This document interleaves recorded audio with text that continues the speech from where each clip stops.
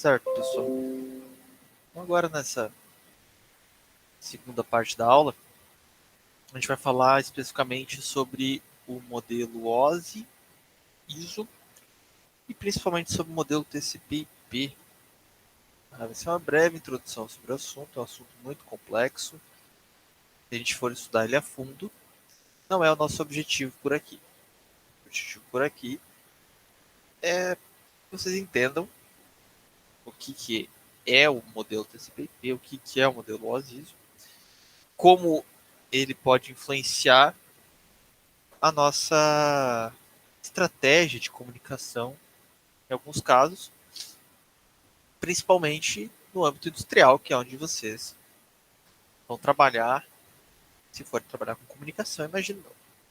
Então, o TCP, o modelo TCP/IP, ele surgiu, vocês vão ver ali, para atender uma demanda, que hoje ele continua atendendo, que é o que a gente está fazendo hoje aqui, só existe graças a esse modelo, mas ele acabou migrando, está cada vez mais presente na indústria, né? Onde antes a gente tinha outros padrões tomando conta, hoje a gente tem uma grande tendência aí à migração total para o padrão TCP/IP.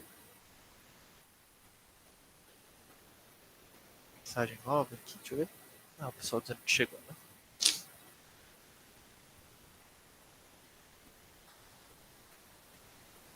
Então a gente um pouquinho, né? Não quero ficar muito em cima dessa questão de padrões, mas a gente vai discutir isso de novo. Vou apresentar para vocês o modelo OSI-ISO, que é o primeiro modelo que surgiu, né? E não foi o primeiro, na verdade, até o TCP que surgiu antes do próprio OSI. E depois a gente vai focar na parte do TCP, vamos para exemplos de aplicação e vamos falar do trabalho de vocês, tá? Se a gente olhar lá o cronograma, até vamos dar uma olhada. É importante a gente dar uma olhada. A questão das aulas, como tá, né? A gente tem hoje essa aula, né, dia 8, e a gente vai ter essa atividade prática, tá, que ela vai até dezembro. Tá? Então vocês vão desenvolver até o dia 6, ou seja, né, ter bastante tempo para desenvolver essa atividade prática, certo?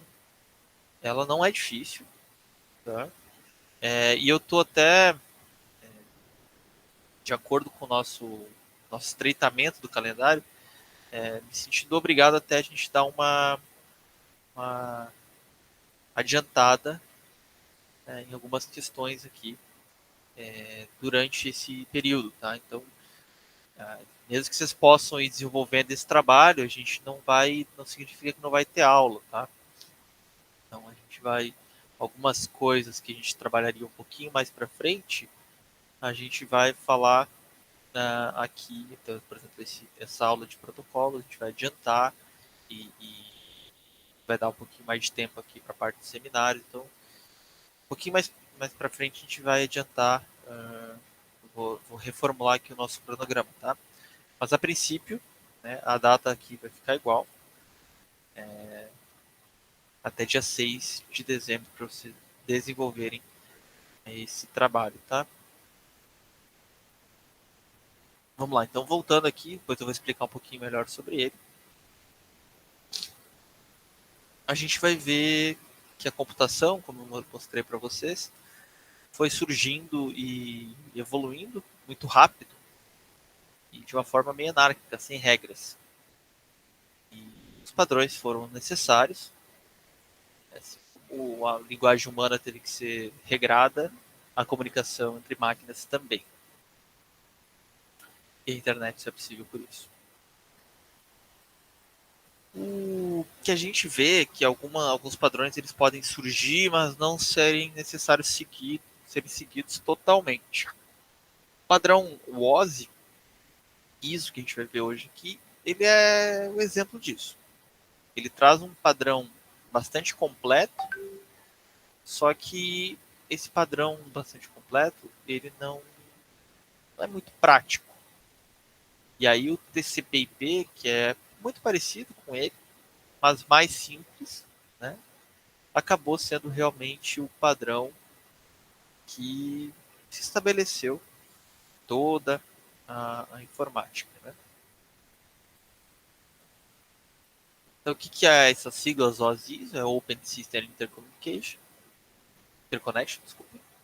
E o ISO é o que vocês já conhecem, é International Standard Organization. Então, tem a ISO 9001, por exemplo, é a mesma organização, tá? Que padroniza coisas. E esse modelo ele vai trazer, né, as camadas de comunicação de dispositivos. Então, como é que a gente pode organizar dentro de uma comunicação, de um protocolo, de uma série de protocolos, as mensagens e as suas funções dentro dos dispositivos em camadas. Que se entendeu que para essa parte de comunicação funcionar, não dava para uma pessoa, né, ou um algoritmo resolver tudo. É muito complexo. Então é igual enviar uma carta, né? Se eu quero mandar uma comunicar, ninguém manda essa carta, né? Digamos que eu quisesse, né? Eu não vou levar essa carta em mãos para a pessoa. Não nem faria sentido eu ter que levar, eu entregar uma carta. Eu entrego em mãos, né? Em alguns casos sim, mas a ideia de poder me comunicar com alguém distante é realmente poder eu não fazer isso. Mas também eu não vou querer que o carteiro leve até a pessoa, viaje, né? Até a pessoa para entregar essa carta em mãos. Esse carteiro ele vai entregar para um outro, uma central, essa central vai organizar, vai enviar, pode ir por avião, pode ir por carro, pode ir, independente de como for, lá para outra central, que daí sim vai redistribuir para um outro carteiro que vai chegar e vai entregar essa carta. Então é um sistema já um pouco complexo, esse físico, né, de cartas, e da mesma forma vocês vão ver que os protocolos eles assumem essas etapas do transporte, né, e controle das mensagens virtuais também.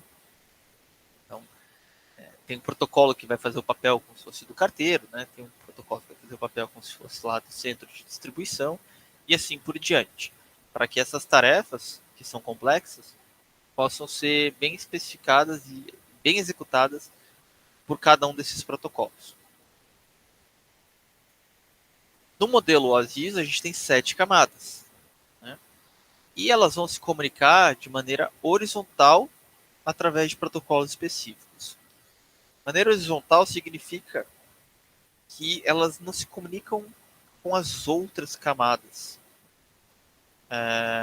e sim apenas entre elas, de maneira virtual, que a gente vai mostrar aqui, e isso torna possível que as coisas aconteçam. Da mesma forma que a gente tem na analogia ali da carta. O carteiro que recebe a carta aqui, digamos que pegaria aqui na minha porta, ou se eu levo lá, né, ele não sabe exatamente o que é aquele código de barras, o que é aquele selo, o que ele vai realmente ser, como é que ele vai realmente ser processado lá depois pelo centro de distribuição. O papel daquele carteiro é simplesmente ver quem eu sou, né, conferir se eu sou o remetente mesmo e despachar. E o cara lá da outra ponta vai verificar se para a pessoa que ele está entregando é a pessoa que é que é o destinatário. O meio do processo não importa. Então veja, o carteiro que recebeu a carta e o carteiro que está entregando a carta, eles olham a carta num nível igual, que é o nível destinatário remetente.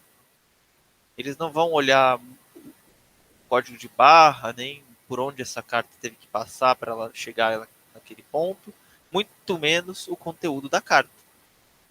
E é da mesma forma que os protocolos funcionam.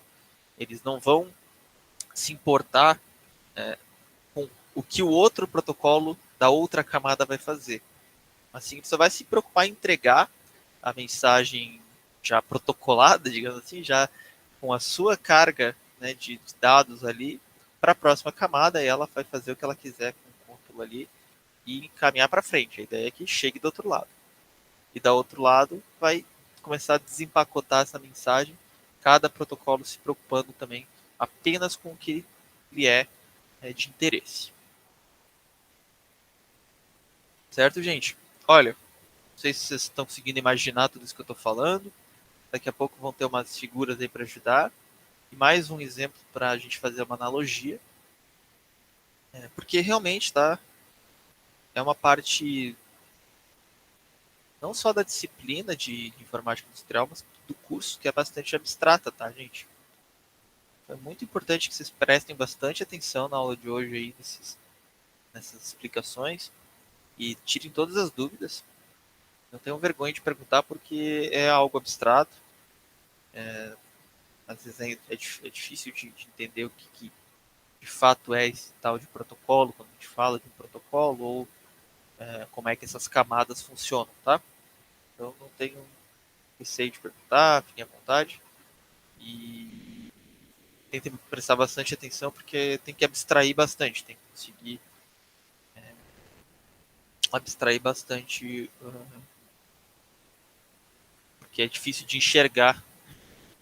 A gente tem um Wireshark ali que ajuda, mas é um pouquinho difícil. Tá? Mas aqui tem uma imagem que ajuda, né? É isso que eu falei para vocês. Tem umas imagenzinhas aí que vão ajudar.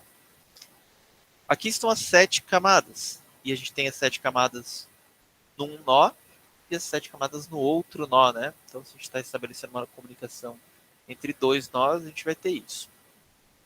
Partindo aqui da esquerda, né, a gente tem a camada de aplicação, que é a camada superior desse modelo, que é a camada que realmente tem contato com o usuário, tem contato, né, com a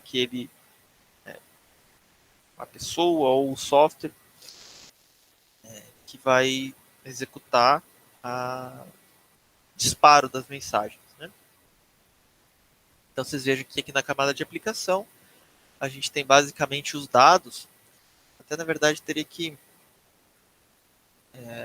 Não, na verdade é isso. Então ela chega na camada de apresentação com já uma algo a mais, né? Quando eu passo os dados para cá, eu já passo eles com algo a mais, né? E toda a camada vai agregando um pouquinho, né, naquela mensagem que tem a ver com a sua camada, tá? Um pouquinho de informação, né? Que o objetivo é que a outra camada lá do outro lado consiga interpretar. Então vejam, essa é a tal da comunicação horizontal. Só que ela é virtual, ela não acontece de fato. Eu não pego a camada 6 aqui, eu não mando uma mensagem daqui para cá.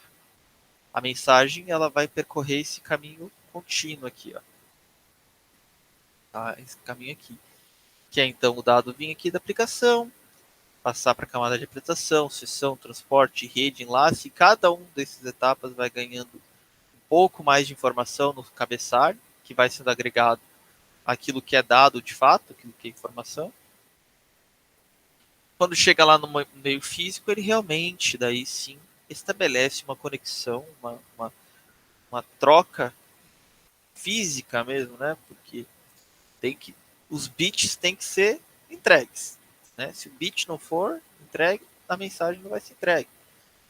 Né? Então, aqui a gente carrega da forma mais básica possível a mensagem, em formato de bits. Pulsos eletromagnéticos ou pulsos elétricos, depende do tipo de comunicação, certo? Se é wireless, se é via internet, se é via cabo coaxial, tem de tudo. Né? E aí que vocês vejam que esse dado começa a ser desempacotado. Cada camada vai interpretando aquilo que ele é de interesse e, né, entregando para outra camada aquela mensagem apenas com o que é de interesse da outra camada, até que chegue lá na camada de aplicação o dado totalmente limpo para ser utilizado. Tudo bem por aqui?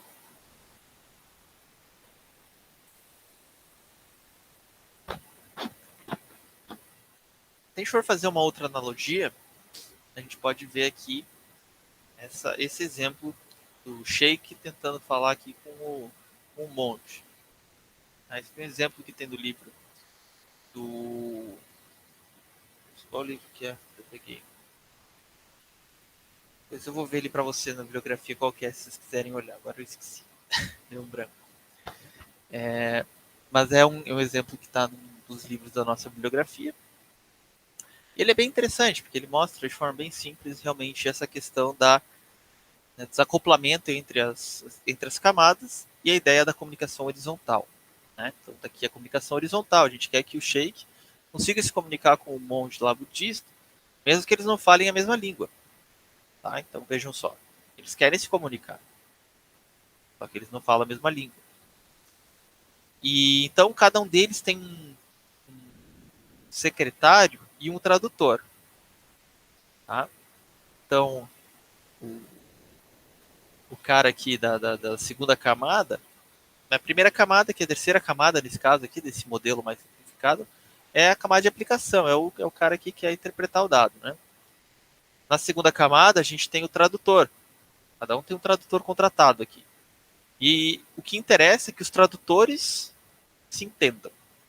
Então, os tradutores entram num consenso, né, onde eles vão dizer assim, ó, essa mensagem, então, tá vendo? Eles anexam a mensagem original, né, uma coisa escrita, ó, essa mensagem foi traduzida para o inglês. A mensagem original agora está traduzida para o inglês. Nesse caso, tá, gente, acontece uma coisa que não é, nesse exemplo específico, não acontece muito, de certa forma, mas não é, quero que vocês entendam que a mensagem original ela é modificada sempre, tá?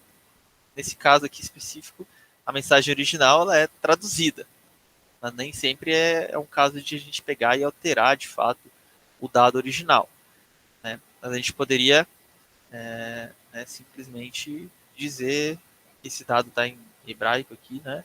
Enviar e esperar que ela lá traduza, né? Mas eles não falam, essa tradutora não fala o hebraico, tá?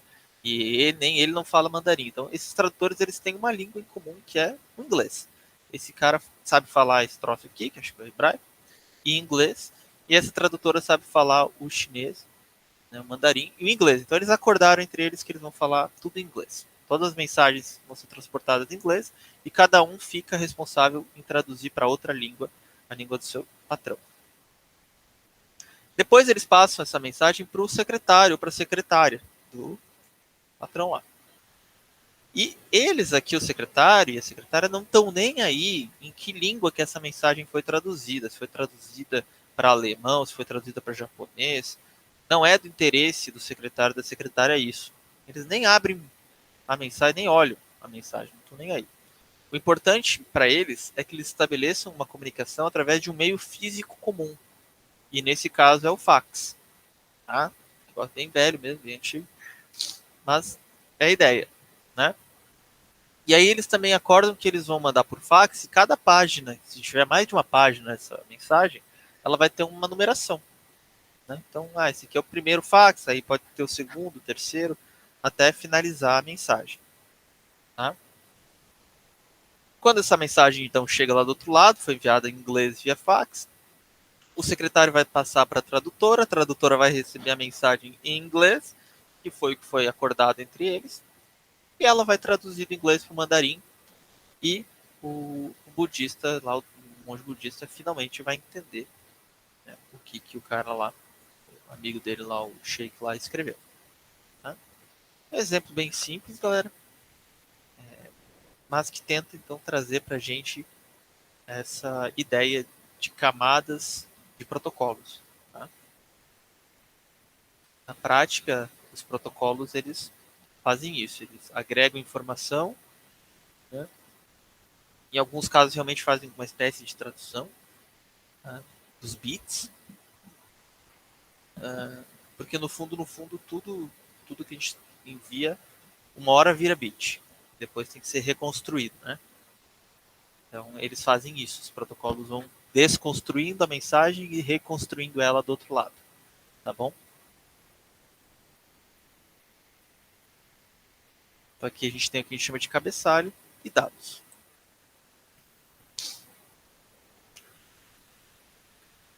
Gente, eu queria saber se isso aqui ficou claro, tá? Porque isso aqui é uma coisa importante. Se eu acho que tá bem claro aqui da forma como foi colocada, bem simples, né? Mas só queria confirmar com vocês que podemos seguir em frente. Por mim tá tranquilo. Por enquanto, ok. Beleza?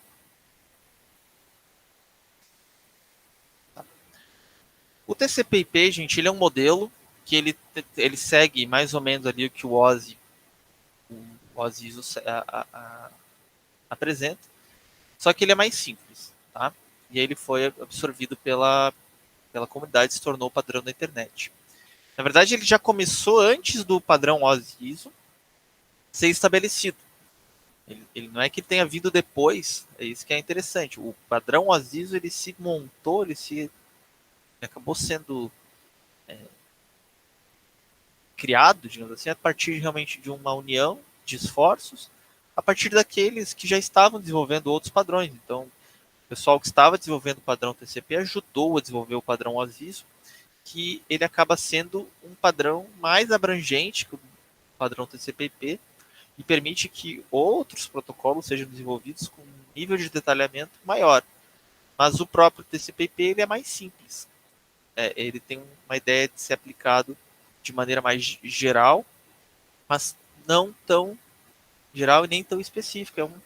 Com um equilíbrio muito bom e que realmente foi muito utilizado e é utilizado até hoje, né? O tempo todo que a gente está usando, né? Então, o TCP/IP é considerado o padrão da, da internet. E ele começou com, né, um desenvolvimento específico para o Departamento de Defesa dos Estados Unidos. Tá? Ele queria, então, um padrão, né, um padrão de comunicação que pudesse sobreviver a qualquer condição, mesmo em uma guerra nuclear. Então vejam, né, a ideia era que essa ideia de internet como a gente tem hoje, ela não existia assim tão clara naquela época. Mas eles queriam que, mesmo que explodisse lá uma parte da infraestrutura, as mensagens elas não ficassem travadas, que elas tivessem um outro caminho para chegar ao mesmo destino. Tá? Independente então, de qual caminho que se escolhesse, que ela pudesse chegar. Então, digamos assim, eu mandei o fax número 1 aqui, número 2, e aí aconteceu alguma coisa que o fax quebrou. Tá? O fax quebrou, não está funcionando mais. Pô, mas daí esses caras, eles têm digamos assim, um acordo, né? Pô, se eu ainda não enviei a última página, que teria ali um caractere especial dizendo que é a última página, e passou certo tempo e ainda não chegou mais, né? O cara aqui vai pegar um outro canal, por exemplo, poderia usar um outro canal de comunicação, um outro caminho, que não o fax, mandar uma mensagem para outro secretário dizendo assim, ó, não recebi mais mensagens suas. Vamos tentar de outra forma, né? Seria uma analogia. E ela, então tá, vou te enviar o restante por e-mail, né, por exemplo. E aí, mesmo que então tenha quebrado aquele fax, eles vão continuar trocando mensagens por um outro caminho, né? Ou, ó, vamos usar outro, eu vou mandar pela outra máquina de fax, então, que eu tenho aqui. Né? Seria essa forma, né, de reestabelecer a comunicação mesmo que algo tenha quebrado ela em algum momento. Tá? E então a ideia, né, que tipo, a gente tinha, né, já na época muitos meios de comunicação, desde fio de cobre, que é o que mais tem na indústria, até a parte de micro-ondas, né? E fibra ótica estava iniciando naquele momento, link de satélite, né? Então eles queriam que, dependente do meio físico, essas mensagens pudessem ser transferidas. Tá? E uma coisa interessante é que depois que eles perceberam que dava muito certo, eles resolveram abrir esse protocolo. Então esse protocolo TCP/IP acabou sendo disseminado como um padrão aberto. Tá? E aí todo mundo podia usar. Não precisava comentar com vocês que às vezes um fabricante precisaria comprar, né, pagar para um outro fabricante para desenvolver algum equipamento que utilizasse o protocolo dele. Nesse caso, o TCP/IP, se eu quisesse ser um fabricante de roteador, eu tinha acesso a tudo, toda a documentação, toda a informação necessária para desenvolver um equipamento para atender essa rede, para, né, atender o roteador utilizado nesse modelo TCP/IP. Então, se eu quisesse lá, eu vou lá, acesso todos os manuais, especificações do modelo e começo a fabricar chips ou equipamentos de fato, sem ter que pagar nada extra por isso. Tá? E isso disseminou realmente o padrão. E ele se resume a 4 camadas: aplicação, transporte, a parte de internet, interrede ou próprio rede, né, que é internet, traduzindo em português fica interrede, mas também pode ser chamada de camada de network, que é a camada de rede. Né? E depois tem a camada de acesso à rede ou a camada física, que pode ser o Wi-Fi, pode ser via cabo Ethernet, pode ser via fibra ótica. Então aqui realmente é por qual meio físico que o dado vai ser transportado. E aí, dependendo do meio físico, a gente tem protocolos específicos para determinar como que isso vai ser quebrado em bits, transportado e depois remontado esses bits em bytes, novamente, em palavras.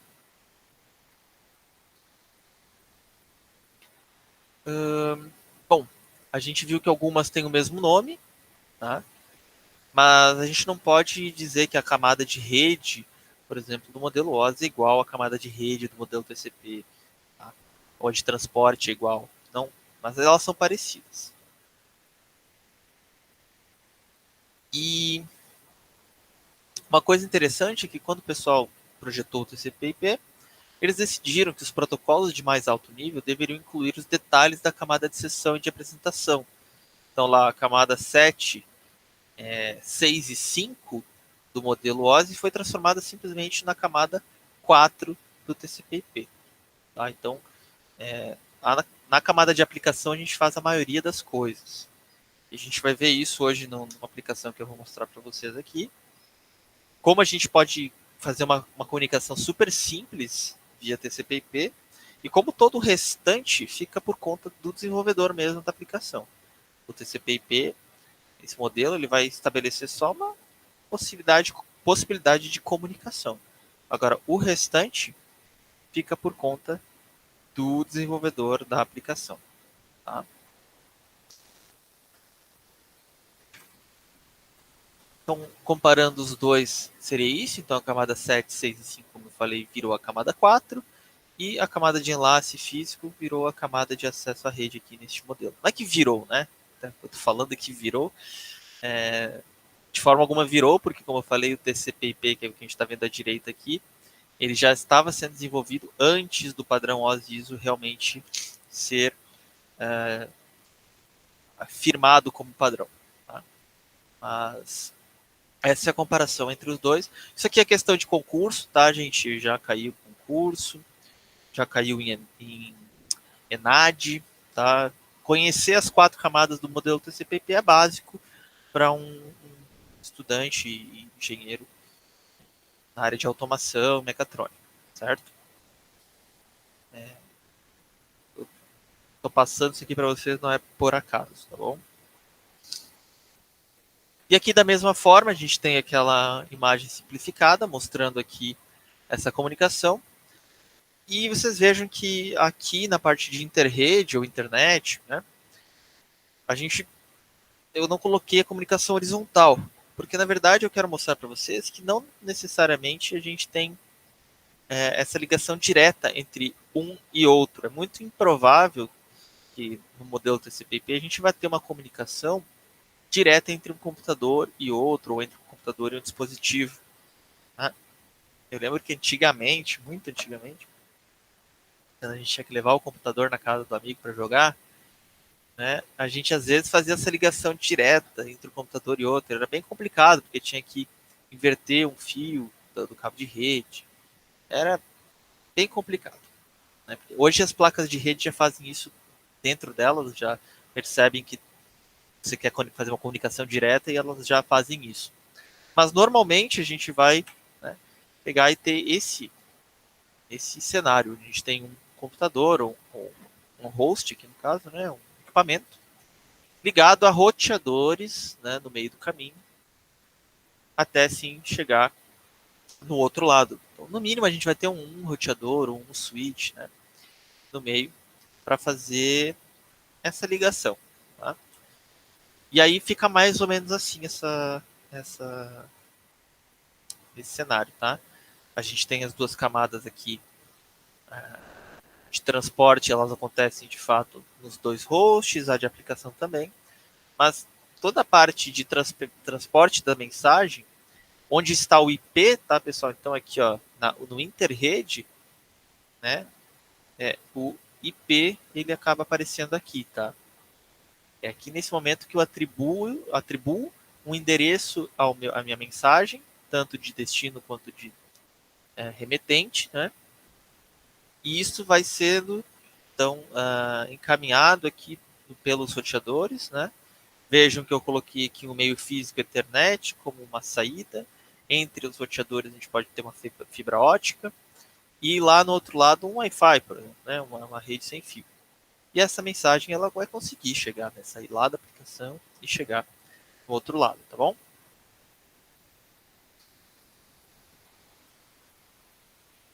Bom, explicando agora um pouquinho as camadas mais importantes, gente, que a gente viu aqui, que seria a camada de transporte e de interrede, a gente vai falar mais sobre a de transporte, que é onde vai cair o trabalho de vocês. Então, a parte de interrede ou internet, como eu já falei, é onde vai ser atribuído o IP, entre outras coisas, tá? E a camada de transporte é onde a gente vai encontrar aqueles protocolos que a gente comentou antes, que é o UDP, a gente viu já no Wireshark, e o TCP, que dá nome ao modelo. Tá? Então, a camada de transporte lida com questões de qualidade de serviços, de confiabilidade, controle de fluxo e correção de erros. Então, lembra a questão da confiabilidade que a gente falou lá, um conceito básico lá de redes? É você garantir que as mensagens cheguem, né, íntegras ao seu destino. E aí a gente pode optar aqui se a gente quer realmente que ela chegue com segurança, né, íntegra ao seu destino, ou se a gente vai arriscar, né, optar pela velocidade e não garantir essa entrega íntegra das mensagens. Então, o TCP, que é o Transmission Control Protocol, ele vai fornecer, né, formas excelentes e flexíveis de desenvolver comunicação de rede confiável com baixa taxa de erros e bom fluxo.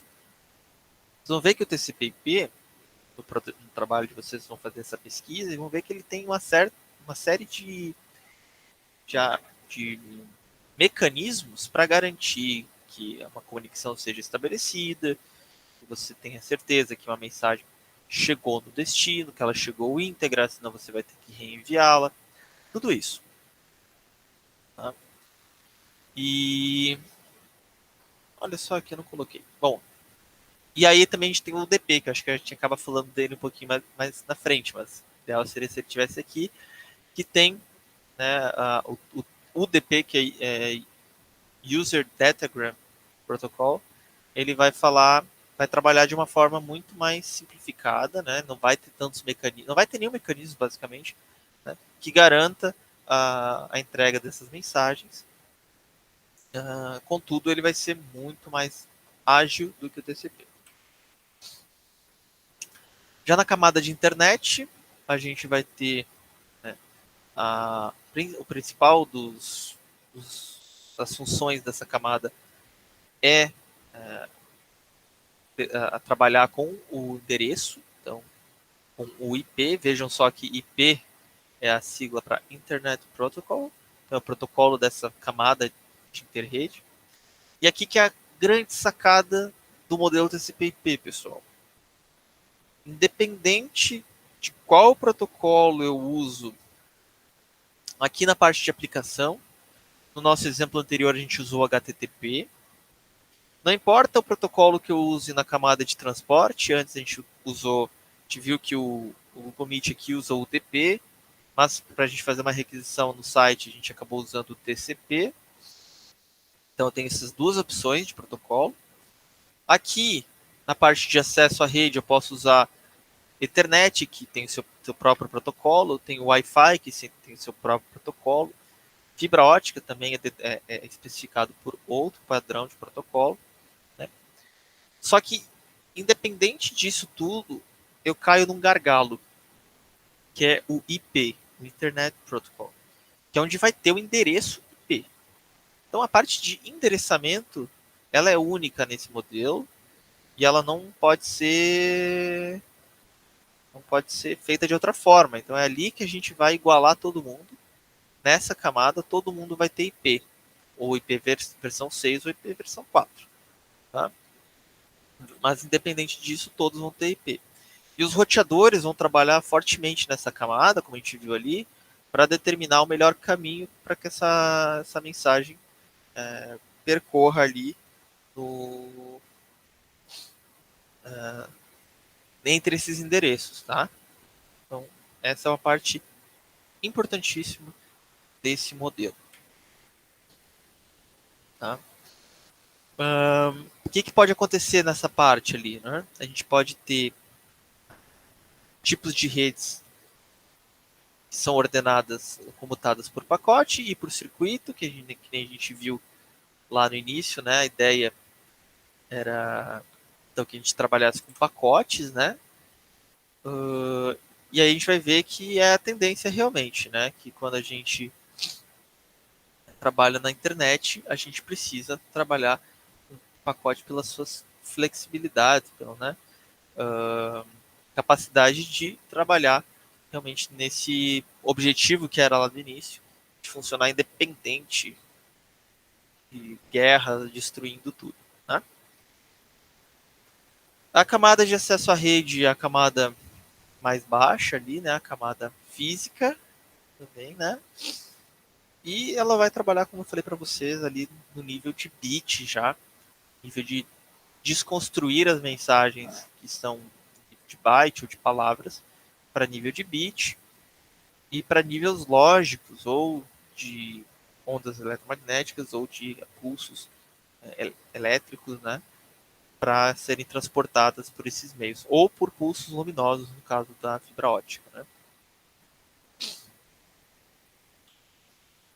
Bom, com relação voltando aqui ao protocolo ao TCP, tá? A gente vai focar, deixa eu ver aqui. Essa aqui eu até vou pular, gente, eu não costumo pular. Mas resumindo, a gente pode ver aqui então essas 4 camadas e alguns exemplos de protocolos dessas camadas. Como eu falei para vocês, aqui na camada de aplicação a gente tem diversas. Para sites, como a gente viu ali, HTTP. Para transporte de arquivos, tem o FTP, que é o File Transport Protocol. O DNS, né, vocês vejam que ele pode ser tanto o DP quanto o TCP, o Domain Name Service. E a gente vai escolher aqui, né, qual protocolo de transporte que a gente vai usar, mas todos vão cair no Internet Protocol, que é o IP. Tá? E aqui, para a gente entregar esses dados, a gente pode ter diversos tipos de meios de acesso à rede. Tá? Então, independente dos aplicativos de rede fornecidos, do protocolo de transporte utilizado, existe apenas um protocolo de internet, que é o IP. Essa decisão intencional do projeto, exatamente para existir esse gargalo, que existe esse padrão, e aí ele serve como um protocolo universal que permite que qualquer computador, em qualquer lugar, se comunique em qualquer lugar, em qualquer momento. A partir disso, pessoal, a gente vai, né, a partir dessa introdução que eu dei para vocês aqui sobre o modelo OSI e modelo TCP/IP, a gente vai desenvolver um trabalho, né, para analisar exatamente esses dois protocolos, tá, gente? Então, vocês vejam, a gente tem as duas opções aqui de protocolo de transporte, que é o TCP e o UDP. A ideia é que vocês façam um trabalho sobre eles. Logo, logo eu vou mostrar aqui o que é esse trabalho. mas o que vocês vão analisar, qual que é o objetivo desse trabalho, né? É que vocês analisem as características das mensagens relativas ao cabeçalho delas, ao tamanho total delas, à integridade e ao tempo de resposta. Na verdade, aqui eu poderia colocar ambos aqui, até vou copiar aqui a formatação, e essas duas coisas aqui são importantes da mesma forma. Tá? Tá. Tá, então a integridade e o tempo de resposta aqui dessas mensagens vão ser o foco desse trabalho, porque a gente vai trabalhar com o TCP e com o DP ao mesmo tempo. Tá? E, enfim, eu vou mostrar alguns exemplos aqui de trabalhos anteriores para vocês terem uma ideia do que a gente está falando. Vou fazer uma demonstração aqui para vocês e depois vou estar aberto para dúvidas, tá, pessoal? Então a gente tem aqui vou ter um slide que eu preparei que é específico sobre o trabalho, tá? E como eu acabei alterando algumas coisas, eu vou gravar um novo vídeo e deixar lá também no Siga com todas as instruções detalhadas de como executar o trabalho, tá? Ou eu vou pegar um pedaço do que eu vou tá gravado hoje aqui também e colocar lá de forma específica para quem tiver dúvida do trabalho já poder acessar. Mas a gente vai ter um servidor, então aquele modelo cliente-servidor a gente vai trabalhar. Só que a gente vai ter 2 servidores e 2 clientes. Qual que é o nosso objetivo? Enviar uma imagem do meu computador, né, o computador de vocês, para um servidor que tem esse IP aqui, que é aquele mesmo que está aquele sitezinho maroto lá. Mandou a imagem, depois eu vou querer buscar essa imagem novamente. Tá? O que acontece? Eu vou enviar a imagem utilizando um desses protocolos, o UDP ou o TCP, e vou buscar essa imagem utilizando o outro protocolo. A mesma imagem, ela vai ir de um jeito e voltar de outro. E a gente vai discutir, né, o resultado dessa transferência e principalmente se aconteceu alguma coisa errada, onde é que foi que aconteceu, né, o que houve no meio do caminho aí, se algo deu errado, tentar explicar. E ao mesmo tempo, entrar lá no Wireshark, né, e verificar tempo, né, que demorou para essa mensagem ir, o tempo que demorou para essa mensagem voltar. Essa mensagem, eu digo, essa imagem, né? O tempo que ela demorou para ir, o tempo que ela demorou para voltar, certo? E aí vocês vão elaborar um relatório. Esse relatório, a ideia é vocês fazerem uma análise estatística mesmo do procedimento, né? Vocês não vão rodar uma vez, nem duas, vocês vão rodar várias vezes e vão colher informações a partir do que vocês já conhecem de estatística e probabilidade estatística, na verdade é só estatística. E poder determinar, né, a partir de um número X aí de análise, de medições, alguma coisa, né? Na média, né, com um certo grau de certeza, eu sei que esse protocolo é mais rápido do que esse, né? Tantas vezes, até a gente consegue até encontrar aí uma proporção, né? Quantas vezes um protocolo é mais rápido que o outro, tá?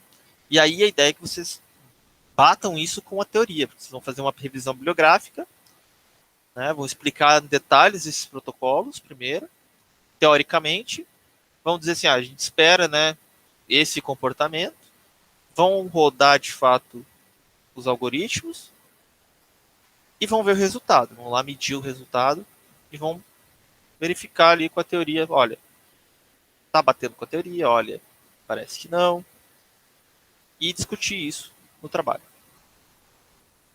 Ok?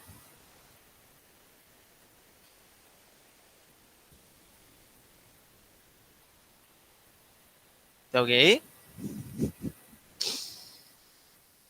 Tem. A NP é isso aí, a gente... Leonardo quer... Ô, Leonardo, será que se eu transmitir minhas aulas no Twitch eu tenho mais interação? O que é? Tem streamer aí? Será que dá pra ganhar até um dinheiro lá, o pessoal até paga uns negócios lá, né? Mas isso aí vai ser uma forma de chantagem, hein? Não, não dá, porque daí, né? Já pensou? Daí o aluno vai mal e diz, pode ter nada a ver com a outra, né? Mas, gente, vamos lá. Agora a ideia é botar a mão na massa. Eu vou mostrar para vocês aqui duas coisas, tá? Eu vou mostrar primeiro uma aplicação cliente e servidor bem básica para vocês pegarem a ideia bem básica do fluxograma, da lógica, né? Que seria um programa cliente-servidor. Eu vou apresentar ele em Python. A sugestão que eu vou... Uma coisa para ficar bem, já deixar vocês tranquilos, né? É que os algoritmos envolvidos aqui nesse trabalho eu vou entregar para vocês, tá? Vocês não vão precisar desenvolver nenhuma programação, tá? Basicamente, você tem que fazer a conexão e analisar. Exatamente, tá? Ah, A minha, o meu, eu gostaria que vocês fizessem, né? Sempre pensei dessa forma. Só que eu vejo que se fosse para vocês fazerem do zero, seria possível, só que demoraria muito tempo. Eu já testei isso em outras turmas e acaba que a gente acaba tendo quase que uma aula de programação, que não é o objetivo aqui, né? Então, é interessante que vocês analisem o algoritmo, vocês entendam ele, mas que ele sirva como ferramenta. Eu quero que vocês utilizem esse trabalho exatamente para alcançar esse objetivo. Analisar essas características, não de fato aprender a fazer um programa em Python e se comunique via TCP ou UDP. Né? Vocês vão acabar aprendendo um pouco quem quiser, analisando o código, mas vocês não vão fazer o código do zero. Tá? Então eu uso para programar o VS Code. E eu primeiro vou mostrar para vocês aqui uma aplicação que não é desse trabalho, tá? Não tem nada a ver com o trabalho. Mas eu quero mostrar para vocês como que funciona um cliente-servidor bem básico. E esse cliente-servidor bem básico, ele serve depois como realmente esqueleto para o algoritmo desse trabalho. Tá? Deixa eu ver aqui. Não é isso aqui que eu quero este cara aqui. Deixa eu ver o outro. Então, eu criei dois, né? Chat TCP aqui. Eles são muito parecidos, só que eles não são iguais. Tá? Eu vou pegar e apresentar poderia até renomear eles. Deixa eu ver se eu consigo renomear direto aqui. Tem como renomear direto? Vou fechar, eu renomeio e eu abro.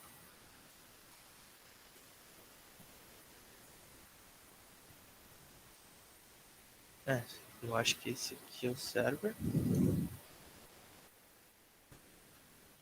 Este aqui é o cliente.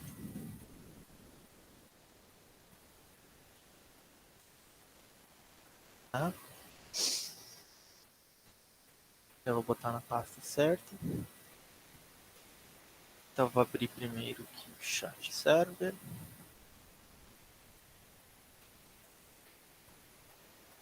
Chat código. Então, vamos olhar o server primeiro. E vamos tentar entender. O legal é que o Python, olha só, aqui em 30 linhas, basicamente, a gente tem um programa bem legal. Se fosse fazer em C isso aqui, galera, daria umas 100 linhas frouxo, tá? Bem mais chato de fazer isso aqui em C ou C++. Então, em Python é muito mais fácil. A gente consegue ver cada etapa da comunicação de uma forma muito mais clara. A primeira coisa que a gente vai fazer, aqui eu dou um print aqui, dando pequena instrução para o usuário, né, dizendo para ele, se ele quiser fechar as conexões, ele tem que digitar esse hashtag exit. E a partir daqui eu começo, então, a parte de levantar um servidor, digamos assim. Então eu crio um socket, tá, pessoal? Socket, se for ver a tradução, né, seria um plug, como se fosse um plug de tomada, né, uma ligação, né, bem básica. E do jeito que eu crio ela aqui, ele entende que é um socket básico. Depois, da forma como eu vou fazer aqui, ele também entende que eu vou usar o TCP, tá? Depois, na parte lá do programa do trabalho, vocês vão ver que tem uma hora que eu especifico que eu quero UDP, porque o padrão é TCP. Então, se eu não especificar nada diferente disso, ele vai criar uma conexão do tipo TCP. Se eu quiser uma UDP, ele vai criar uma UDP. Aí eu tenho que explicitar que eu quero uma UDP. Então vamos ver aqui. Primeira coisa, né? Isso aqui na verdade era de uma outra versão. Eu vou definir o meu host e a porta desse meu servidor. O meu host é o IP 127.0.0.1, que para quem não conhece, esse IP, ele significa local host. Tá? Sempre quando eu colocar esse IP 127.0.0.1 na minha máquina, se vocês colocarem na de vocês, né, qualquer equipamento, significa que está criando para ele mesmo ou que está enviando para ele mesmo, né? Está apontando para ele mesmo. Essa é a ideia. Tá? Então é para fazer esse tipo de teste, na maioria das vezes. E eu criei uma porta, peguei uma porta aqui qualquer, uma porta já mais alta, que ela está atrelada daí ao protocolo de transporte. Então, aqui é o protocolo o Internet Protocol, vai querer um IP, e o de transporte vai exigir que você tenha uma porta no seu computador específica para essa aplicação, tá, gente? Para esse servidor. Porque imaginem, né? O meu computador ele tem uma interface física e um monte de coisa rodando. Como é que as mensagens, quando chegam no meu computador, sabem para que aplicação elas são? Para que software que está rodando no meu computador elas são? A partir da porta. Então, se a gente olhar aqui no Wireshark e tirar o filtro, mandar continuar rodando aqui, ó. Tem que tirar o filtro da Enter. Vocês vão ver que aqui ó, é sempre a mesma porta, ó, as mesmas portas, porque é onde o servidor lá do Google Meet abriu uma porta para eu conectar e onde o meu computador abriu uma porta, né? Se a gente for ver, o do meu computador é a porta 51906. Essa porta que está sendo usada para receber as mensagens do Google Meet aqui que a gente está aqui, essa nossa conversa aqui. Tá vindo tudo pela porta 51.906. Então isso é definido entre as aplicações, né, em nível de aplicação. Então veja, um nível, né, eu defino isso aqui e aí eu passo para essa função aqui do meu objeto do tipo do socket, para ele criar então de fato essa, por enquanto eu de fato reservando essa porta nesse IP para alguma coisa. Estou criando um socket, não disse exatamente o que esse socket vai fazer, mas o que essa ligação, o que ela vai acabar fazendo, tá? E na próxima linha eu digo, agora nessa ligação que a gente tem ali, né, então nessa porta que foi reservada nesse host, o programa vai ficar esperando alguém se conectar. Então essa função listen, né, é de escutar, né? Eu estou tentando lembrar o que é esse 5 que eu botei aqui. Eu acho que é um timeout, mas vamos ver o que é. Equalize, agora eu não lembro. Eu vou deixar, porque eu não lembro exatamente o que ele representa e eu não quero mexer. Mas pode ser que seja um timeout, depois de 5 segundos ele retoma, ou ele... Eu não lembro. Sinceramente, isso eu não lembro. Mas ele vai ficar esperando, vocês vão ver aqui que daí depois que eu dou esse listing, eu vou colocar isso antes. Ele vai ficar travado esperando uma conexão. Quando essa conexão acontecer, ele vai para frente. O programa vai para frente e, de fato, eu consigo, então, a partir desse socket, aceitar essa tentativa de conexão. Aqui eu estou aceitando qualquer tentativa de conexão. e pegando os dados dessa conexão e salvando numa variável que é conexão, aqui, com de conexão, que vai salvar todas as informações importantes sobre a conexão, e o endereço, né, o IP de quem se conectou, para eu poder responder depois. Tá? A partir desse momento, eu já começo a esperar, né, já entro numa função aqui que é para esperar, vou colocar aqui.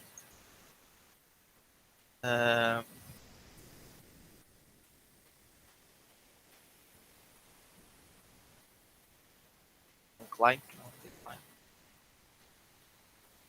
Então, ele vai, a partir desse momento, esperar dados do cliente. Essa aqui é uma outra função que a gente chama que ela vai barrar aqui o programa, vai segurar o programa aqui, né? Vai ficar aqui até a primeira mensagem vir. Nesse meu programa aqui, eu já fiz que quando o cliente se conecta, ele já envia como primeiro dado o nick, o nome dele, o nome desse cliente. Então, o nick, né, vai ser o primeiro dado. Esse dado chega em formato de bytes, e aí eu tenho que decodificar ele para string. E aí eu digo aqui, o servidor vai dizer, ó, recebi uma conexão do não sei quem. Okay? E aí ele responde com o seu próprio nick. A gente tem aqui o nick do servidor, digamos, né, que ele já, na hora que roda o programa, já tem que passar. A gente vai ver que esse system_argv1 é o parâmetro que eu passo na hora que eu mando rodar o programa. Aí ele responde para o meu, vejam só, ele usa essa conexão aqui, né, para responder. Eu falei aqui que esse ADDR era para responder, mas não precisa. A DDR é só para, se eu quisesse imprimir na tela, por exemplo, quem que foi que me enviou a conexão. Porque nessa primeira variável com aqui, conexão, já está todos os dados que importam da conexão. Eu utilizo ele para responder para o cliente, né? Então aqui é bom colocar esses. Já comentado, né?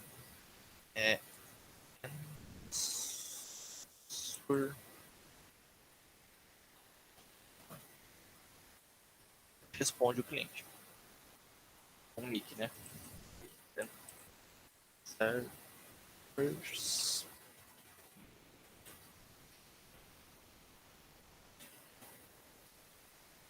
Nickname, né?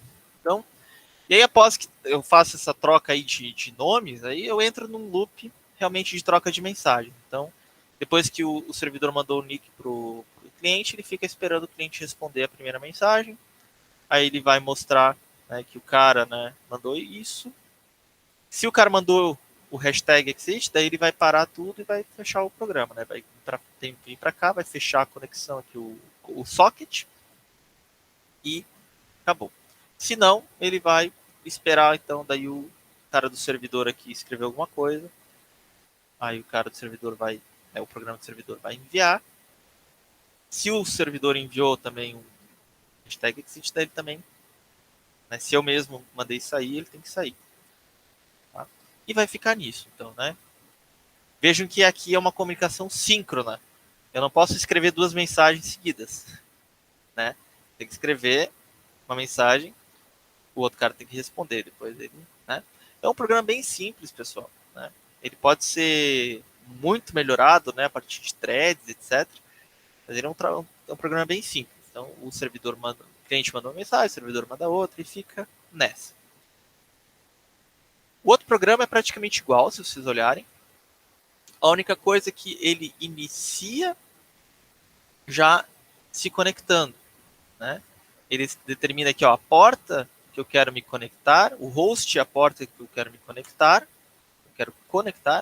é o localhost e a 8889, que foi a mesma que a gente criou aqui, ó.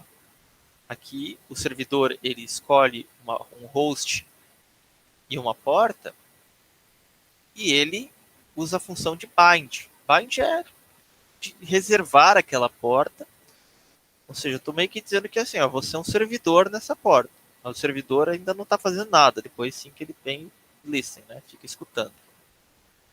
Já o cliente ele vai determinar um host aqui e uma porta do servidor e vai usar a função connect. Então me connect naquele host e naquela porta. Vejam que tem essa diferença. E aí ele se conecta e a primeira coisa que ele consegue depois, né? Poderia ter uma checagem se realmente se conectou aqui, se foi aceita a conexão. Eu não fiz isso, é bem simples. Porque realmente eu vou aceitar aqui a conexão, né?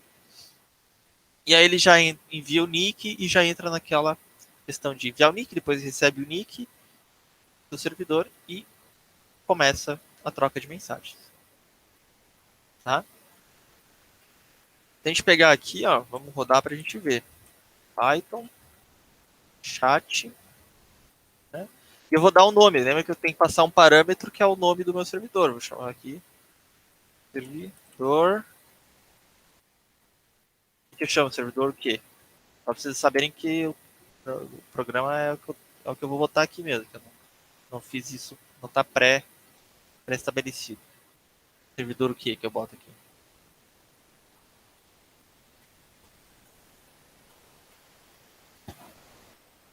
Escreve aí no chat qualquer coisa. Só para eu, entendeu? Provar que é o que vocês estão pedindo, eu vou botar aqui e ele vai rodar.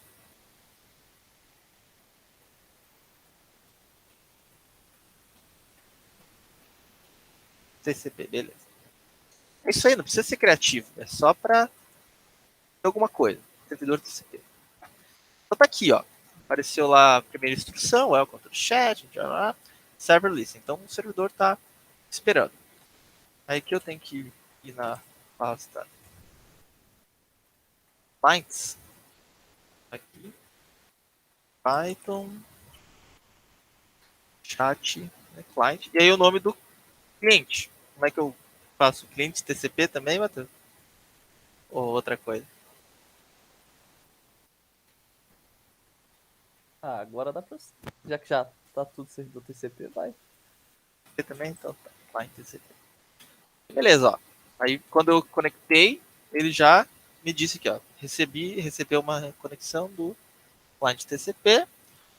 Aí o cara, ó, confirmada a conexão from servidor TCP. E aqui a gente começa a troca de mensagens. Então, cliente TCP disse oi, diz oi, e assim por diante. É, já é. E se a gente for olhar aqui até no Orixá, que a gente vai encontrar isso, né? Se a gente pegar aqui agora, por exemplo, colocar tcp.port igual a 8889, vai filtrar aquelas mensagens ali. Ah, só que não nessa interface. Aqui eu estou usando o Ethernet e na verdade aqui eu estou usando o loopback. O loopback é o, né, o 127.0.0.1 é o loopback. Então eu vou até pegar e mandar um exit aqui. Desceu aqui, ó, todo o fechamento. Eu quero mostrar do início ao final para vocês aqui. Então, primeiro levantar meu servidor, a gente já vai ver aqui que ainda não tem nada, não teve nenhuma mensagem trocada. E aqui a gente inicia o programa. E a gente tem as primeiras etapas aqui acontecendo. Ó. Então, aqui a gente tem a primeira mensagem de sincronismo, depois sincronismo e acknowledge, o acknowledge, o push acknowledge, acknowledge, push e acknowledge. Então, a gente tem aqui uma mensagem indo, aquela primeira, a mensagem dizendo o cliente, né? Ele criou, vejam que a porta do cliente é uma porta aleatória, essa 11.700. Ela envia para o servidor, depois o servidor responde, né, para ele, tá? Então, o servidor responde com o nome dele também. Ó. Então aqui o dado, né, tá decodificado em byte, né? Mas aqui ele a gente consegue ver ele em string. Servidor. Então agora eu vou mandar uma mensagem. Oi. E essa mensagem vai vir aqui, ó. Do cliente para o servidor. O oi. Aqui é a mesma coisa. Eu quero que vocês vejam que toda a mensagem que eu mando, eu estou pedindo para ele dar um acknowledge, um reconhecimento. A mensagem chegou, aí o outro responde, sim, chegou. Tá? Então isso é um mecanismo de de confirmação de mensagem aqui do TCP, tá, gente?